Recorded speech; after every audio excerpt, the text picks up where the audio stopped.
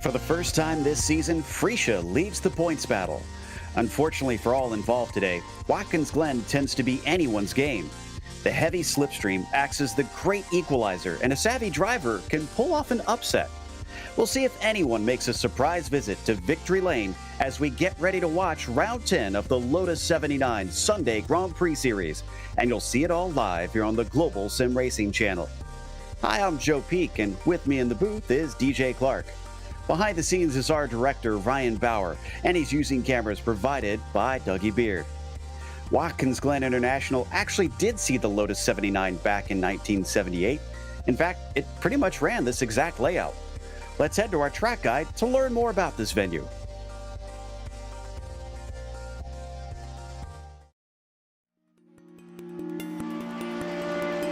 Welcome to Watkins Glen International.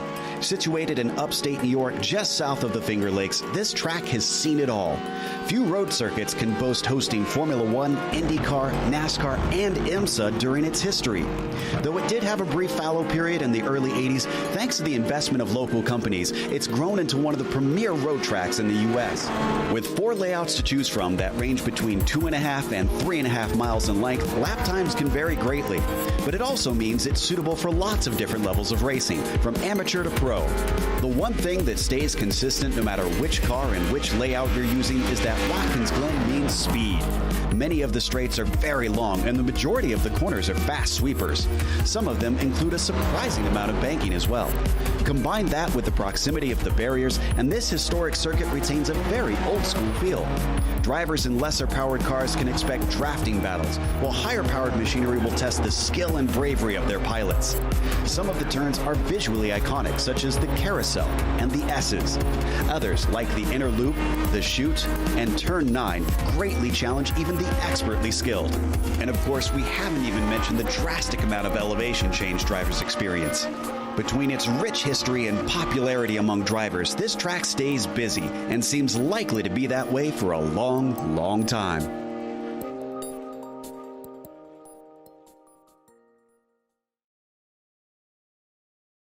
Well, as we said, the car did get to race here. So knowing that, DJ, what should we expect from the Lotus at this very fast track? Well, Joe, you hit the nail on the head in that intro. It is going to be Draft City. That is the biggest thing to watch out for. The run from that first corner, the 90, all the way down into the outer loop. That is the most important section of this track.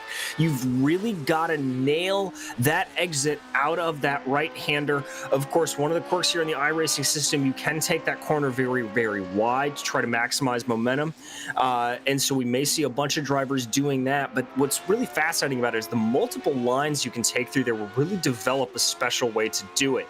You may see a little bit of fight back going from that outer loop down into what we call the laces of the boot, turn 6. That'll be an interesting battle area, but really and truly, other than that, it is all about just trying to minimize mistakes all the way through the boot and bringing it back onto the pit straight, because the main area you've got to focus on is the run up from the S's to that outer loop. We'll certainly be keeping the cameras focused there a lot today, but let's also focus our attention to the championship very quickly. Gernot Freesia, as I mentioned, now up at the top, but Simon has some drop weeks in his pocket, so expect him to close that back in. Steve Bycroft's well behind, in fact, more than a win's worth behind at this point. Drop weeks will only help him so much. But he could still have mathematical possibility at this point, naturally. Severi Seppa and Martin Granberg round out your top 5, but it's looking more and more like a 2-horse race. Let's take a look at the team's championship. DJ, where are we sitting there? Well, you can see John Player Team Lotus up there sitting with 204 points, but it is a very close battle with Equip Renault Elf right behind them, only 10 points back. That is very, very attainable to do, as with Scuderia Ferrari Spa Sefik. That is very, very close as well, only 4 points back in third. Even Marlboro Team McLaren there, that is within striking distance. 24 points between 2 drivers, very, very easy to catch up into this closing stages of the season, even with drop weeks to take into it. Shadow Racing Team, 34 points back in 5th. Joe, I'd even say that's attainable. They can make that jump up if they have a little bit of bad luck up front. Certainly seems feasible to me. Now, for today's event, as we mentioned, we are in round 10. Going to be 28 laps that they're running here today. It is an open setup series, and we'll talk about that a little bit because one of our quick drivers has shared his set, but it's interesting in the way he's gone about it. They have an incident limit at 17. They'll get a drive through. 25, they'll get a DQ. But the barriers are quite close here, and the grass is slippery, where there's only a couple spots where they really have that paved runoff to try and save them, and those even don't count as off tracks. Tomasz Simon holds the provisional pole over, returning once again, Ascari Grina, one of our winners so far this season. Currently in second, Frecia is yet to set his first lap. He has indeed, and Steve Bycroft, we've seen some good time from him over the course of this week. He sits back in fifth, but Andy T just put in a really good time there. That's going to put him in second. We watch Frecia on board right now. You can see him fighting on the wheel. Now, this is that Laces corner I was talking about. You'll be able to see some good fight backs there. That is a deceptively fast corner. You always feel like you want to brake more and carry less speed in there than you actually can. It comes up around the toe of the boot. He's got 2 laps to do this, and it takes about a minute and a half to get around. So he should have plenty of time to do the second lap, as long as he gets this one clean, mind you. If he wrecks out, and that is both of them essentially gone. Frecia coming up to turn 9, off camber, crested corner, coming back onto the main straight. So far, so good. It's looked decent. He's got to beat a 1:30.740 from Tomasz Simon if he wants to get the bonus points for pole. Big slide coming off the final corner, though. And the number 1 hits the line. It's a 1:30.6. That'll put him on the top spot ahead of Simon. And Tomasz has already finished both of his laps, so he is done. We're watching from on board Frecia still. Now, the thing that I find interesting here, DJ, is that Tomasz said in the forums that he's the one that shared the set. He claimed that he did not want to take away the wing because he didn't think it was worth it. I would have thought more drivers, or at least a fast driver, would say, let's get it quick in a straight line, make it hard to pass. That would be my inclination as well, Joe. I'm not really sure what he's thinking about that as we watch Andy T on screen here trying to set some fast times. But I do understand it. I mean, yes, that long straight up through the S's is incredibly crucial to be able to be quick around here. But at the same time, it's only about a third of the lap, and the rest of it, you do want to try to get a nice bit of downforce to be able to wing it around here. So I think we can watch for him maybe being a little bit quicker through the boot itself, and he may be trying to gain some time there. We saw Hankel moving himself up into 20th with his second lap, and the only driver yet to set his second time, as everybody else has completed their qualifying, is Gernot Frecia. He's coming around the final 2 corners right now. That's Granberg, you can see, has managed 9th in his qualifying laps around here. So our pole sitter can't be overtaken. Let's see if he improves it, though. He's got less than a 10th over Simon. This will be an emotional boost, an ego boost, if anything else, and he does it by about 0.03 of a second. Yeah, so Frecia clearly has some really, really good speed wound up in that car. Here comes Andy T coming out. That is lining up for that tricky left-hander. Joe, that is one of the hardest corners in the world. As you said, off camber on the crest. You've got to be very, very careful with your braking and your throttle inputs. If you put a little bit too much input anywhere onto that corner, it is a one-way ticket to a slide. I take it back. Martin Granberg is able to complete a second lap. He's only had his one in. The number 8 could yet go higher as he is less than a 10th to make up on both Kochi and Bycroft in front of him. So 2 positions up if he just finds a little bit here and there around a few corners as he comes off the final turn. Let's see what he can do. That red number 8. Oh, he must have had an off track. It looks like that one is not going to count. So that sets our grid for today, which is quite a large field and a top split. So it is going to be stacked. Gernot Friesche puts it on the pole with Tomasz Simon starting in second with Andy T in P3. Scotty Rinne returns in fourth with Ove Trangrade P5, and Severi Seppa starts sixth. Bycroft, who was quick in the last race, is not looking as good in qualifying here. He won the 9:30 race a little bit earlier. He'll start seventh. Nicola Kochi, who is quick in the warm-up, also mysteriously lacking qualifying pace. He'll start P8. Martin Granberg will be ninth, and Erwin Rotkrins rounds out your top 10. Dennis Schranig is going to start off in 11th, followed by Paul Williams. Peter Koznetsky is going to be 13th, followed by Michael DeTurk in 14th. Timothy Reed and Pablo Suarez will make up row 8 behind them. Carolinen's going to start off in 17th place, followed by Daniel Banker, and Alessandro Parigi will be 19th, followed by Andreas Heinkel in 20th. Jukka Tolinen way down the order compared to what we've seen in recent races. 21st. Jean-Francois Mattei will be 22nd, and then John Eddowes in 23rd. You've got Barry West starting P24, followed by the last two with qualifying times, Gilliland and Espy's 25th and 26th. Roner and Alcade are going to start on the back row of the field as the cars work their way out. It is very cool on the track. I wonder if that's going to make the start tricky.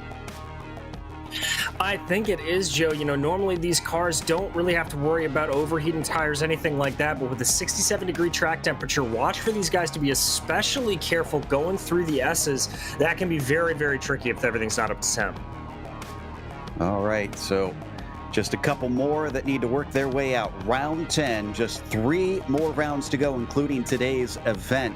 So it is coming down to it. Friesche going to want to keep this advantage over Simone, who's going to be starting directly, or caddy quarter behind him, rather, I should say, from first to fourth between them. No, excuse me, he's on the front row with him. He's looking at the wrong screen here. That means, actually, that Simone could have a good chance here on the very first lap. If he gets a good slipstream, he could take over that top spot. I hear the engines start to rev, and the lights are now up. Green flag is out for round 10 of the Lotus 79 Sunday Grand Prix Series. It's down into the 90. Who dares make a dive and who tries to line themselves up for the exit? It's very orderly at the front of the pack. A little bit of 3 wide in the back, but otherwise it looks clean. Coming up through the S's now already. Friesche has Tomasz Simon right in his mirrors. And here comes that draft like we talk about. Simon really starting to get up, as well as Oscar Rinne right up behind in fourth. And Simon goes for the overtake going down the straight, as does Rinne. He starts to stall out. Remember, he's got a lot of wing in this. He tries to send it in deep down into the outer loop. He's got a nose ahead, but the battle's going to continue. They almost bang wheels as they come off and fight for the lead. Down into the chute, going the long way around. Friesche looks very strong in this portion, and it continues all the way down to the toe of the boot, DJ. Oh my goodness gracious, this is what makes Watkins Glen so amazing. If you get into these side-by-side battles, it looks like it's going to be advantage Friesche here as they come out of the toe there, moving back to the heel, but it's Tomasz Simon not letting this go away. They're still side-by-side. He knows a championship is on the line here. He gets his nose to the inside, but isn't able to take it away. Is this where the battle finally slows down? Oh, but Friesche goes wide, off through turn 10. He is off the line, but that checks up Simon. Behind him, it is a chain reaction. T and Rinne also have to brake a little bit, not willing to risk it into turn 10. And now it looks like Andy T is all over the back of Tomasz Simon as they blast onto the main straightaway. Oscar Rinne really making a move. He's going to dive out to the inside here down the main straight. Oscar's got a shot at getting into third, but he breaks early compared to T. Could be setting himself up for the exit. Look at the front dozen or so cars. There is almost no separation. So as they once again head towards the back stretch on the top of the circuit, we're going to have draft battles happening once again. We are indeed, and here comes Simon. We'll have to see if that high downforce setup can actually make a draft effective here. He's going to go to the outside. Good momentum taken in through the corner. He has got almost a full car length ahead. He's got it. That time it worked. Maybe just needed those tires to be up to temperature. They're going to go single file this time down into the boot section of the circuit. So your top 5 order: Simon, Friesche, T, Rinne, and Seppa. Everybody taking it nice and orderly here, working their way through the toe, going down into the heel. Freecha now, it is all going to be back on him to just kind of game this up. We're going to have to see what that, we assume, would be a lower downforce setup for Freecha. We'll have to see now how that does in the draft, as this will be the first time we've seen it. Indeed. Does he try and fight back, or does he just ride in line? Looks like we had an incident between Dustin Gilliland in the 15 and the 6 of Espes. This was in the heel of the boot, and I think it was some contact between them, actually. Pablo getting into the back of the 15. And here they go now, lining up into the 90. Now, this is where Shimon is going to hope to have a little bit of extra speed. If you don't take the S's exactly right, these cars can get a little slippy as you come up through there, specifically if you're in the draft. So he's going to be in clean air, going to be able to take that absolutely flat out. Freecha may have to do a slight bit of pedaling back to make sure. It looks like right now Shimon is going to have enough to be able to hold on to that advantage going down into the outer loop. Yeah, that run through some of the twistier bits is certainly paying off for him.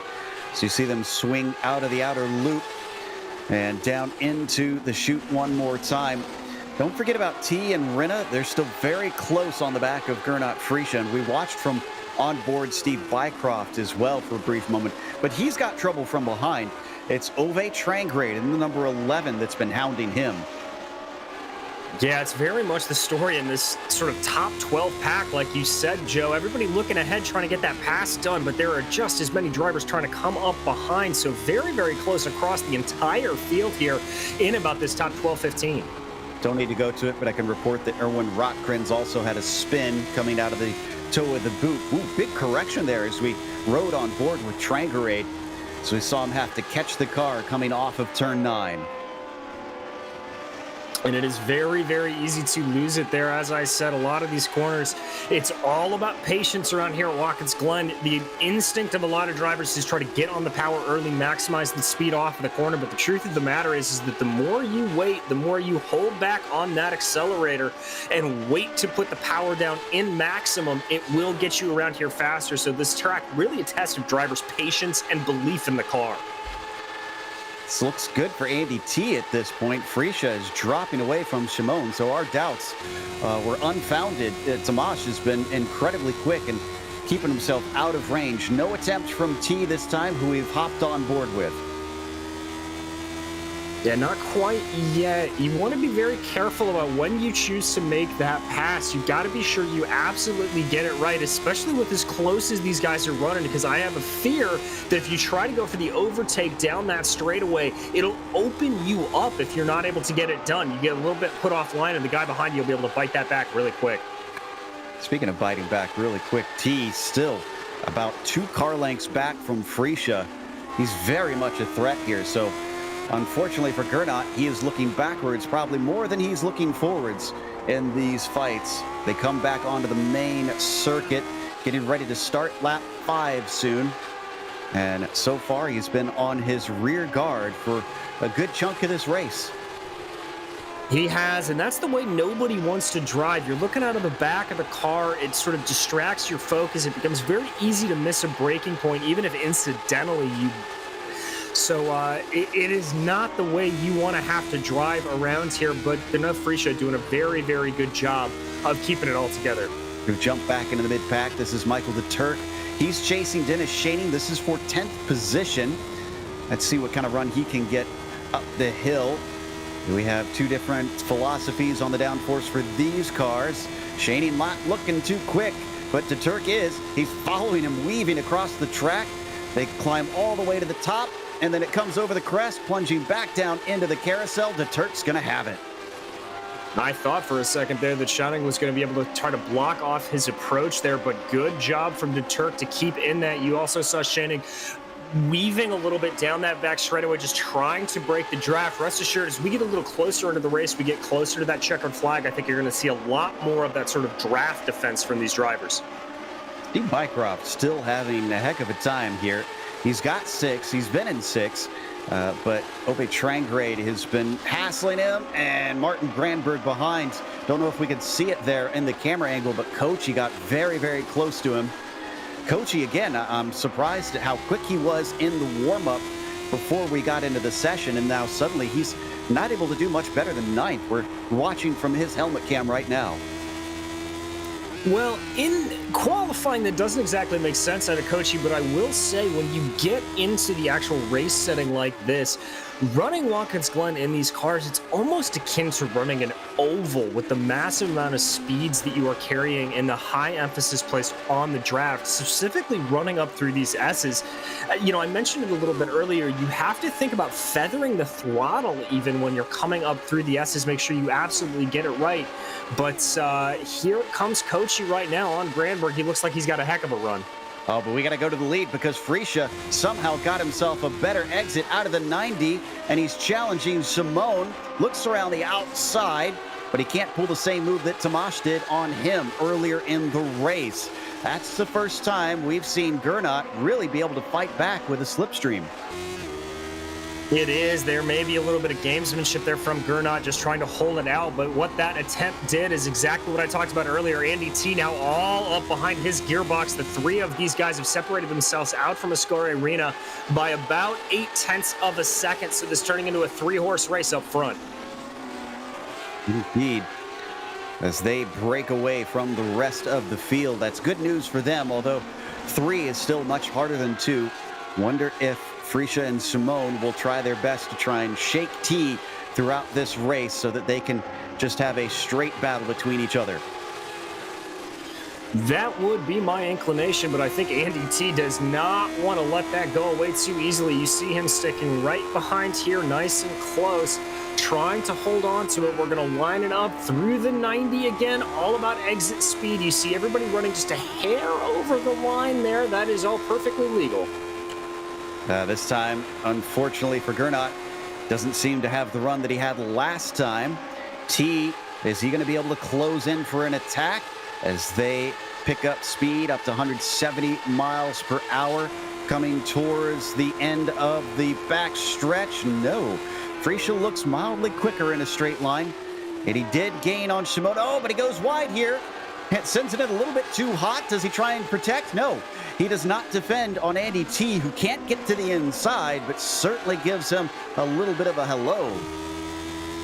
I think Andy T may be kicking himself a little bit on that. Oh, big check up there. Did not anticipate Frisha breaking quite that early, going into the toe of the boot. That's going to cost him a couple of tenths here, but T's still keeping up maximum pressure on Gernot Frisha. This is a great fight up at the top. Now, all of this messing about has allowed Ascari Arena to close back in a little bit. He's down to 0.7 of a second, so they probably need to watch out. We're now watching from his perspective. Now, the Finn sees them up ahead. Little corrections here and there through these very quick corners. Yeah, and that's one of the things that is indicative of driving these Lotuses is those little bits of micro correction that you see. It's almost akin to anybody who's really studied the throttle trace of Michael Schumacher driving on the limit. You see those just little micro corrections that you have to throw in. That's how you've got to drive this Lotus 79 to get maximum speed. We ride on board with Obe Trangareed right here, trying to close up behind Steve Bycroft. He got very close on this last lap. Not looking exactly like he's got the full access to the draft here. Maybe he's running a little bit more wing than Bycroft. A little bit of flashing in front of him as Bycroft had a connection issue briefly. No change of position between them. Oh, but behind, is that Kochi taking a look on Granberg? I think it was. It was indeed, though, Joe. I really thought for a second that Kochi was going to have that move done, but Granberg shut the door a little bit forcefully on him. But this battle's still continuing. Kochi just absolutely stalking behind Granberg, trying to force him into a mistake. I think he's going to be hoping to put the move that Andy T did on Gernot Frisha, maybe helping him. He's going to run wide through one of these corners and open the door for him. Another little look, but he's a little too far back in this case, so Kochi still unable to execute. You can see glances of the battle in front of him on our screens here as Trangarade and Bycroft are still very tight. So some incredible fights going on here in the mid-pack.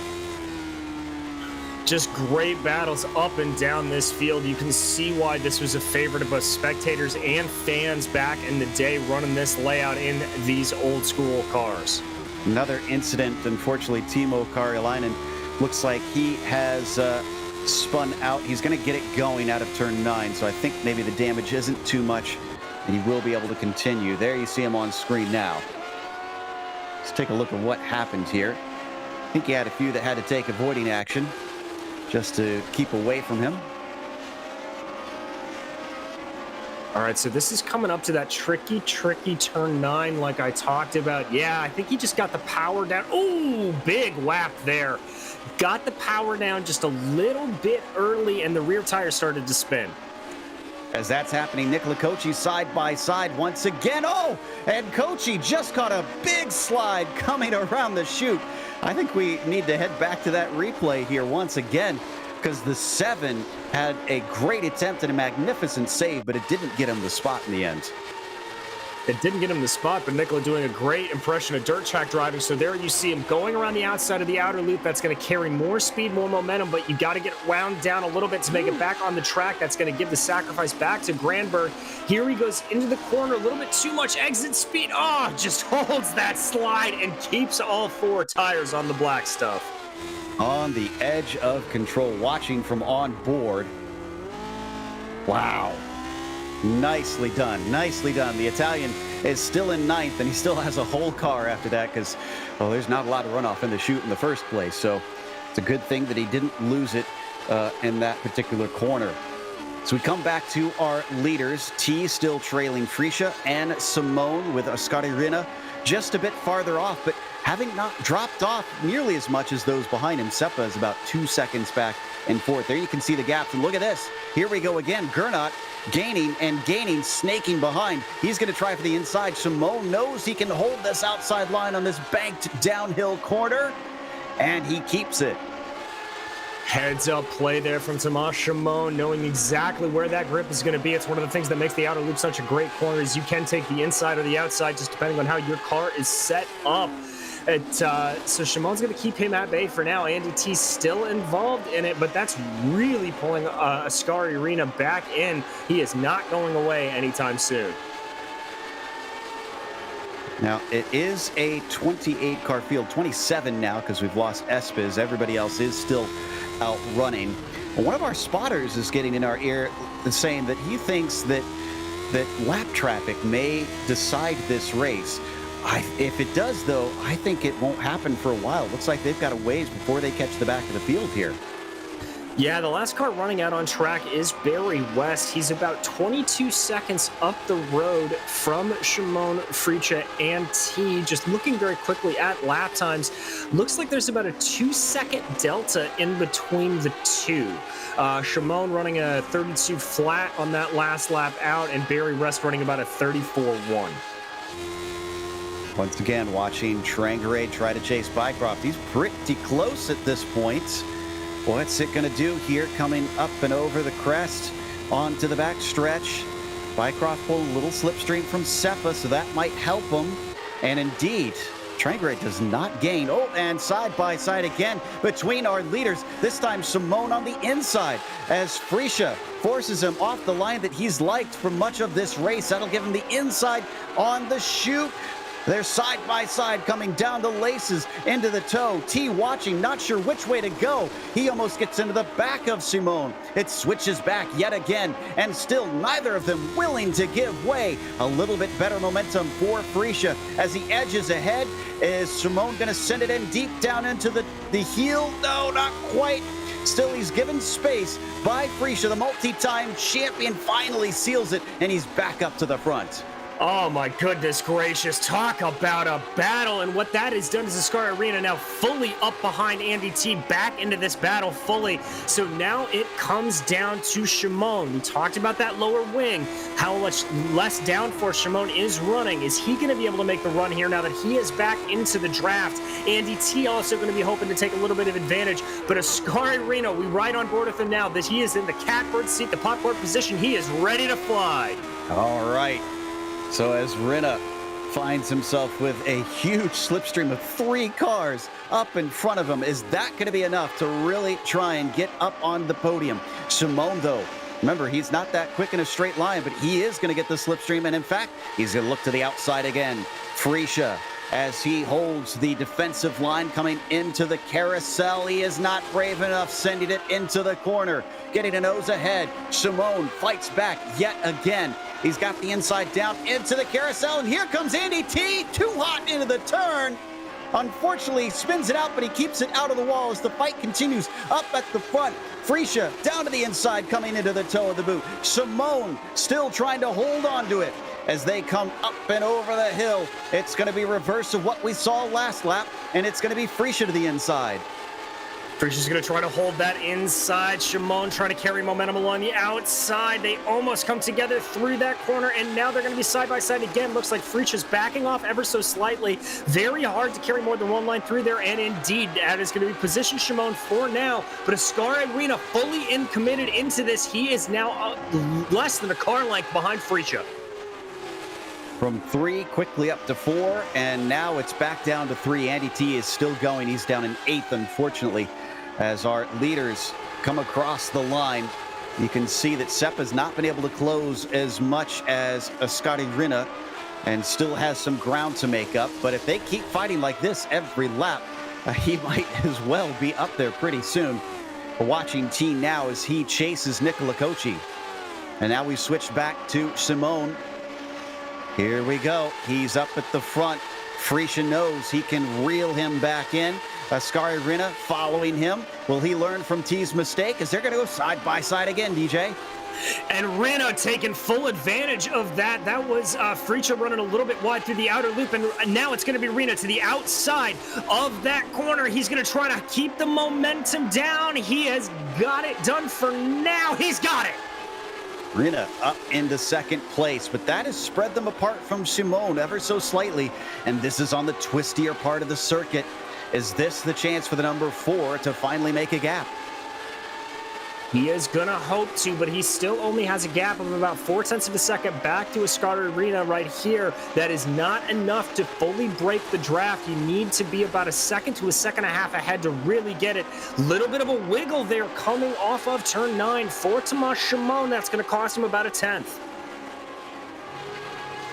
What are things going to look like this time now? Because we have not seen Rina in 2nd place yet, trying to chase directly on Simone.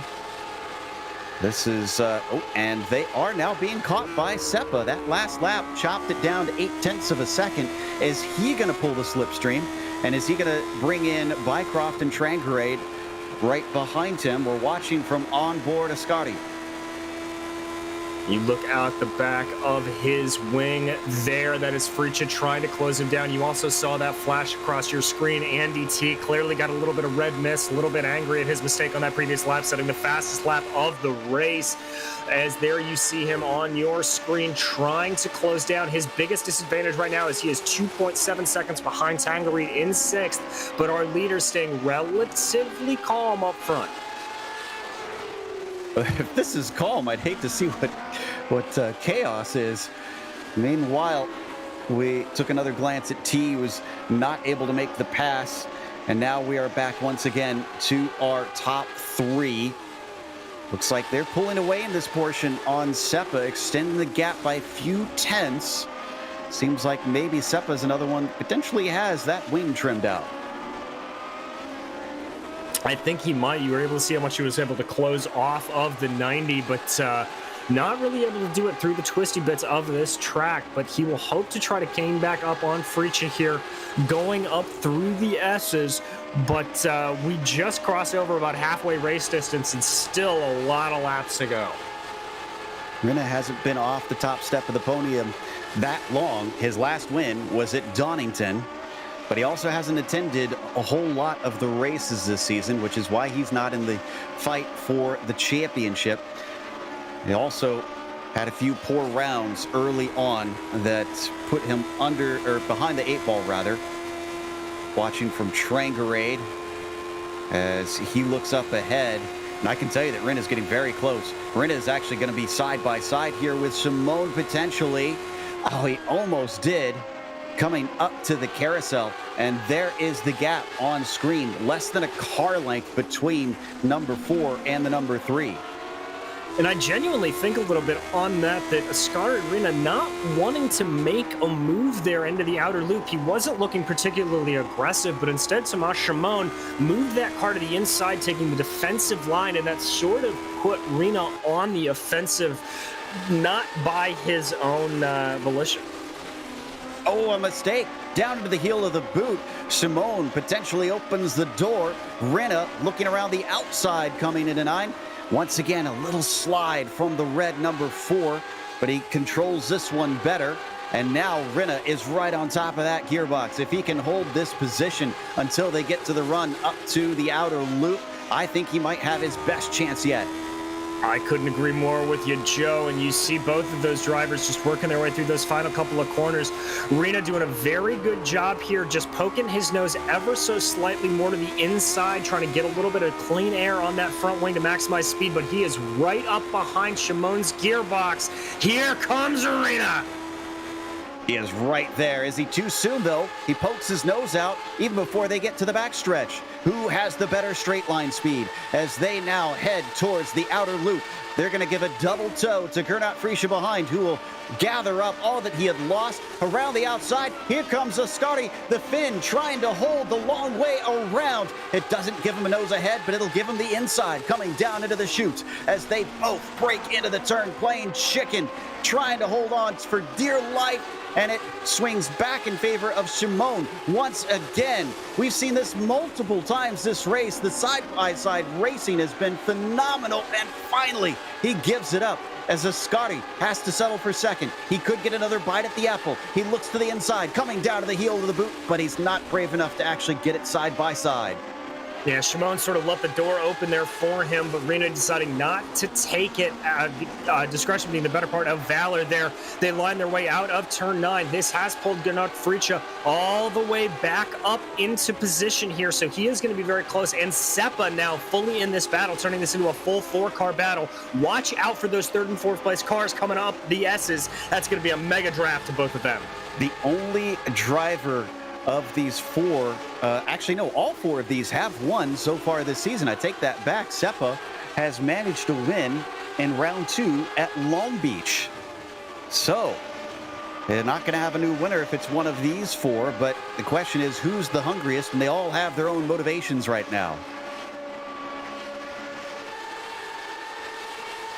They might bring in 2 more. Look at how close Bycroft and Trangerate are getting. They're within a second. We're going to go side by side for second, though. Maybe for first. Once again, chucking it in deep. My goodness, Rina has got a good handle on getting that car in around the outside of the carousel. He really, really does. Not nearly as an aggressive attack going into the corner, but really able to stick it there. Now they're going to be side by side coming down into the toe. It looks like that Shimon's got about a car length advantage. He's going to hold it here. Ascari pulls back into line. We're going to see him try to do that same move we saw on that last lap. Dunk out to the inside into the heel. Indeed, he does. Here he goes. Tries to be a little bit later on the brakes. His momentum going to shift back to Shimon. It is, but Rina doesn't give up the fight.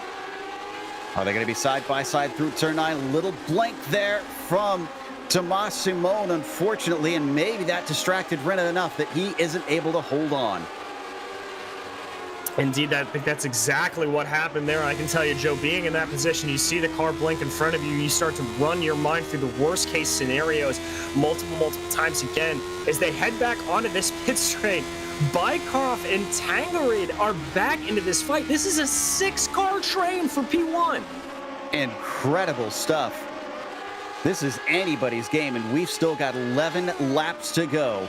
Here we go all over again. We've seen this countless times at this point in this race, and it's still a huge question mark of who is going to wind up where, because it's swung different ways each time.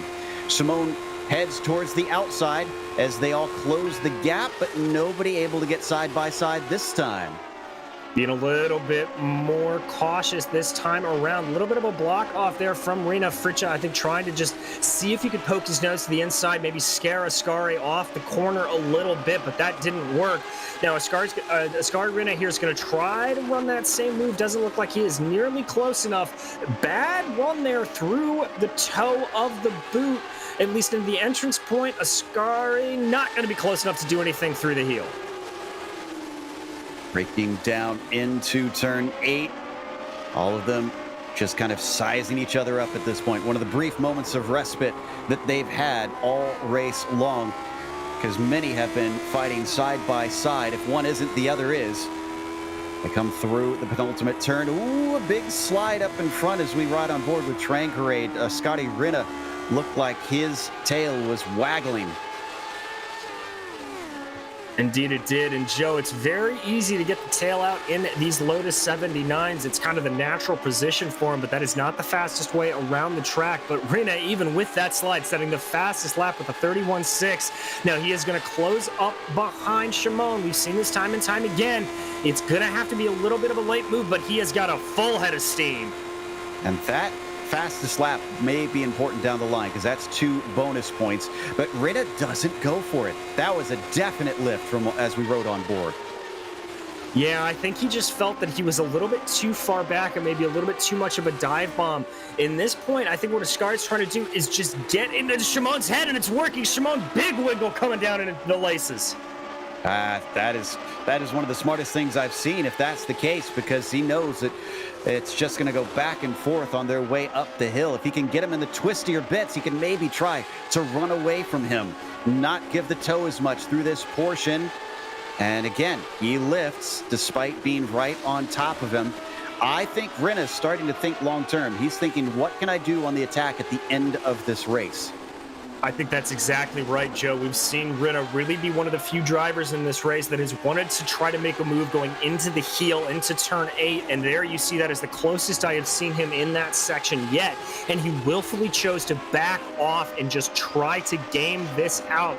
Ascari Rinna really thinking about the 9 laps still left to run and where he wants to be at the conclusion of those laps. And they're starting to gap Freesia, who's about half a second behind. Now he'll pull them back in here, I suspect, but Freesia's not in contention currently. Seppa now sets the fastest lap of the race, and here comes Rinna. He looks to the outside.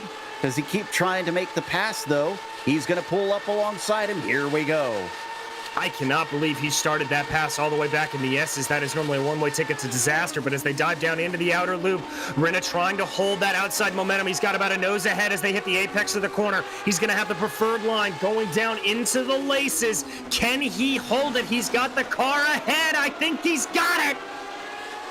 And Scotty Rinna is now up in the front, but fighting back. Tomas Simon tries to get his nose in, does get his nose in, down through the toe of the boot. He's going to have a shallow exit. He doesn't have the speed coming off the corner, but he still has a little bit of overlap. Is this going to be enough as they come down into the heel of the boot? No, Rinna denies him. It looks like when you're trying to make an overtake there into the heel, that outside line is the preferred way to go. We saw Shimon defend with it, and now you saw Rinna complete the overtake with it there. That has bunched up the rest of the field, but here we go all over again, lining up onto the straight. Seppa right up behind Freesia. Shimon about equidistant in between the leader, Ascari Rinna, and Gernot Freesia. I don't think this is going to be decided until one of them wrecks or we see that checkered flag. And any one of these 6 could be the first to see that checkered flag wave. We're on board with the 6th in line, Ove Trangrade. You get a full view of all 5 cars ahead to see exactly how they're positioning themselves. Rinna leading the pack, and Simone pulling a nice toe. Here we go. Coming up to the outer loop, Simone chooses the outside. That's served him well before. Freesia watching from the popcorn position. Once again, a wheel-to-wheel fight around this banked corner, but this time fully done. Simone manages to finish the pass before the chute. My goodness gracious, talk about momentum for Tomas Shimon. That was an amazing move around the outside. Really threw Ascari Rinna off his line. He almost lost second position to Freesia there, coming in through the laces, but they're going to stay single file here again. Just pulling it back. Rinna now about 0.3 of a second behind Shimon. He's just got to size him up again. With apologies to the rest of the field, I know a lot of focus has been up at the front, but this is not a calm battle. This is completely unpredictable at the moment. At times we see drivers just doing what we mentioned from Rita before, sizing one another up and not really making legitimate passes. Oh, but we have lost Andy T. Andy T wrecked big time coming out of turn 9. In fact, this was a major incident for the number 5. That is a heartbreak for Andy T. We saw him running in the top pack. We're going to jump back to replay here.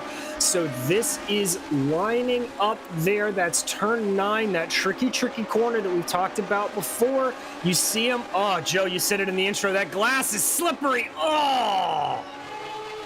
Yeah, that was Kochi that hit him too, so that caused even more damage. Not sure what kind of stuff has gone on with Kochi's car since then. We'll try and glance back at him at some point to figure out if he's been slowed down. No change up at the front as Simone retains the lead over Ascari Rinna. They are now Simone, Rinna, Frecia, Seppa, Bycroft, and Trangrade. That's your order of the top 6. And this battle still continues to be incredibly tight as they go here. Frecia really starting to, I think, put some pressure on it. We watch the number 7 there. That is Kochi, really running in a race by himself at this point. But here is that battle for P1 again. Down into the heel. Going to be 6 to go at the line. Who has got the savvy? Who's got the speed to try to take this win away? Coming around the penultimate corner. They all make it around that time, coming through turn 9, which has caught a few drivers out so far this race. It's really been one of the big trouble zones. It is such a difficult corner, Joe. You mentioned it. There's a crest at the top. You really got to get the power right. It is just so very difficult around this track. But as we continue to glance at this battle, Scar Arena now right up behind Tomas Shimon. Let's see if he tries to go for the pass and when he decides to do it. They crest over the second part of the S's. Rene bops back and forth. He's now going to go to what will be the outside line around the outer loop. We've seen that turn well for drivers. He are going to be about sideways as they fly down the back straight. But he's starting to lose speed compared to Moss. In fact, he's going to open the door potentially for Frecia, but no, once again, strong on the binders. Ascari Rinna tries to stick with it. He's going to switch sides as Tomas Simone goes defensive down into the chutes. No change of position. Shimon covered that off incredibly well, being able to prevent any overlap from Ascari Rinna, but that did indeed allow for Frecia to pull back up behind him. They say single file here. Nobody going to be trying to make that move down into the heel. I think Rinna knows that that's only going to cost him lap time at this point. Certainly appears to be the case. Once again, back onto the main course. Simone watching a mirror full of 5 Lotus 79s chasing him down here for round 10. Remember, Simone is behind Frecia in the points right now.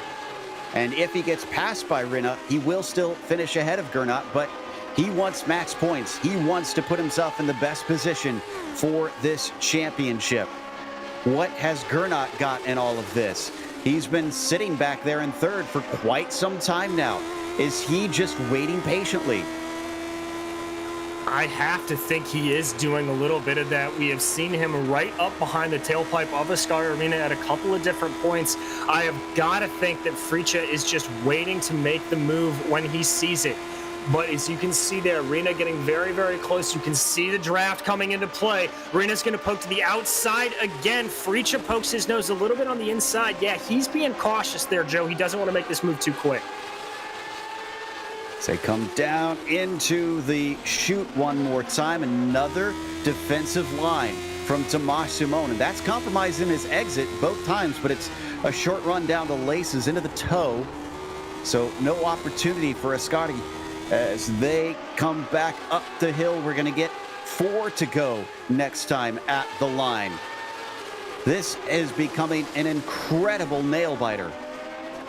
It most certainly is, and one of the things that is interesting me is that we've seen Ascari Rinna run that same line 3 or 4 times, doing the exact same thing lap after lap, going to the outside around the outer loop, thinking about doing the crossover, all of that. I'm starting to think he may be trying to play a little bit of mind games here with Tomas Shimon, making him think that he is very predictable, and on that last lap, we may see Rinna do something utterly unpredictable. Oh, the mind games that come with a slipstream track. They head off through the 90 and climb up the hill. at incredible speeds, riding an old and tricky machinery around a track with very little room for mistakes. We have 6 cars vying for the lead. Here comes Rinna, and he's going to take the speed. He's going to use it as he pops out, looking to the left side of Tomasz Simon. He's been good coming into this outside line, and he's good once again. Actually gets a nose ahead briefly, but he's going to be wheel to wheel, and it's going to give him the inside down to the chute yet again. Still fighting him. Tomasz Simon sliding that car all the way out to the curb on the exit. It gets to the inside down to the toe of the boot. And, oh, is he going to chop him off? No, he's going to leave space coming off the corner, and that's going to give the advantage to Rinna once again. 3 wide potentially. Here comes Gernot Frische. No, he thinks twice. And now is it going to be momentum, or is it going to be the quicker way around the corner? They're still side by side coming up through that turn 9. They have been side by side for an entire lap, Joe. This is amazing. Still side by side, dumping down into turn 10, and finally Rinna backs off. Simone retains the lead. I don't know how he managed that with that battle. What are the drivers behind thinking right now? If only we could get into their helmets metaphorically here. We could watch from the camera, but that won't tell us a whole lot.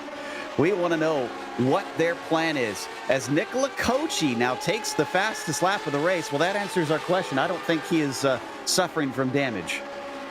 No, I don't think he is either. There you see him on screen, the red machine working its way around the track. You can see he is trying to claw his way up to these leaders, but up front, we've got another move. Rinna to the outside again. Fritsch is starting to think about the inside. I think he's got aspirations of P2, not able to hold it, but Rinna's going to hold the outside line in the outer loop.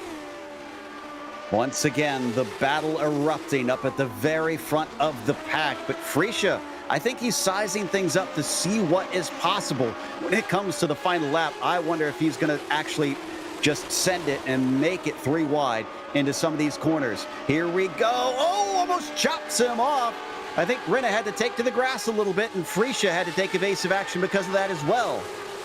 But Frisch is going to go for an attack there into the heel. Not able to do it. That's going to cost him a couple of valuable tenths. Savari Seppa now right up behind him, as that's Frisch going a little bit wide up through turn 9, costing him yet again a little bit of over-eagerness there. I think costing Frisch, that could hurt him. Yeah, he's dropped back from Rinna. The slipstream certainly will not give him enough to have a go at it into the outer loop this time. 2 to go for our drivers. Who's got the car underneath them? A little bit of a look to the inside from Bycroft at the back, peeking at Seppa, but nothing doing down into the 90. Nothing doing quite yet, but here we go. Same story, different lap. Rinna closing very fast, taking full advantage of the draft. You see him deliberately poking his nose out a little bit more in the S's there, just trying to slow the car to be able to get the better later run. And here comes the fly in the ointment. Barry West, 3 seconds up the road. Is he going to be a factor in this final lap? Thankfully, it's only 1 car, so I don't. Hopefully, he's aware, and he'll see him coming back out of it in a safe place. A big slide from Tomasz Simon. Here comes Ascardi Rinna. He saw that. He knows he's got a chance, but Tomasz is going to defend down into the toe of the boot. Surprisingly, Frische not able to capitalize. I think Fritsch there was just a little worried about a potential over-under from Ascari Rinna. Didn't want to get chopped off, so now they're going to stay single file here through the heel, up through turn 9 on this penultimate lap. They're going to take the white flag as they come across the start-finish, and it's going to be all to play for. Oh, my goodness. This is what everybody has been waiting for. Trangrade seems to have lost touch, though. He's falling off the back of the group. That might be it for him. Is it now down to 5 cars? There's our lapped car up in front that we could see a glance of Barry West. He's not pulling over, though. I don't think they're going to catch him on the backstretch, it seems. Frische now sets the fastest lap of the race. Are the bonus points going to go to him? Here we go. Great run from Ascari Rinna. Last chance. If you want to get on the train, you've got to get on board now. And the Finn is going to pull a good run up and over the S's onto the backstretch. Simone decides to take the inside this time. Rinna coming up to the outside as Friscia thinking about that 3 wide, but he runs out of straightaway. Side by side for the lead. Ascari gets it to his wheels, but unfortunately he falls back. Simone able to defend and successfully down into the chute as they come down through the laces now. Single file once again. Was that the last chance? Has it disappeared for everybody behind?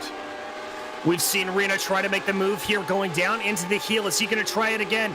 He doesn't look like he's got anything here. He's going to stay single file through turn 8. Turn 9, only 3 turns to go for Shimon. Is he going to be able to hold off this assault? And will that lap traffic play a part? They're quickly approaching Barry West now. I just don't think there's enough, though. Passes into these last few corners are rare as they come up to the final turn. Tomas Simone has the advantage. He's clean off the corner. What a fight for the victory, and Simone is going to take yet another win this season. Rinna finishes second. Friscia rounds out the podium. Oh my goodness gracious. Battles up and down the field. As amazing of a run as that was. We follow on board here as the last of these drivers starting to go. This is Williams on your screen. He's trying to fend off Parigi. He's going to do that, and that will give him 10th place. Or excuse me, 11th place ahead of him. Now we head back to Edos, who is chasing on Hankel. This is for 16th. Edo's just trying to get that car. You see how twitchy it is. Probably a lower downforce setup there for him. He's going to come off the line a little bit too far back. He is not going to be able to make that move. So it's going to be 16th for Henkel and 17th for Edos. Jean-Francois Mattei ahead of Daniel Banker is going to be able to claim 20th.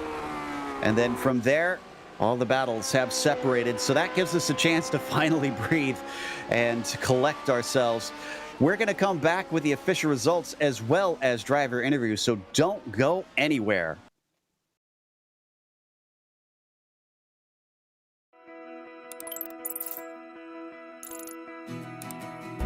iRacing is a sim racing game that combines a true-to-life racing experience with an online community of virtual racers from all around the globe.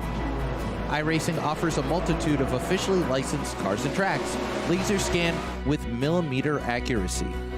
Their car models and mechanical systems are based on real-world physics, engineered in cooperation with manufacturers and race teams. Their skill license system ranges from rookie to pro, ensuring members are always pitted against those with similar skill sets.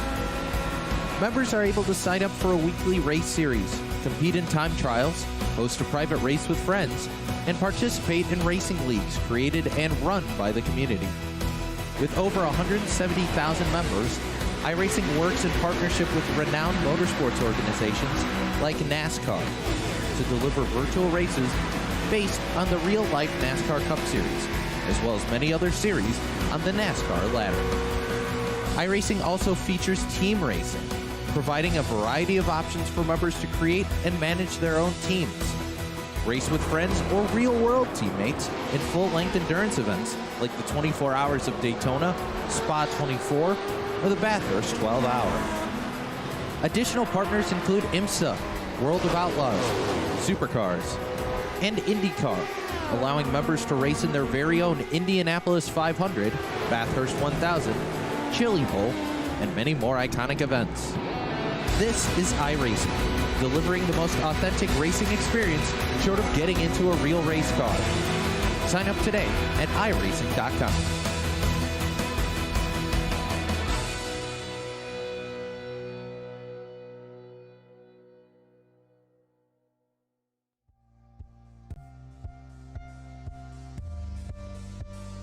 Welcome back to Watkins Glen.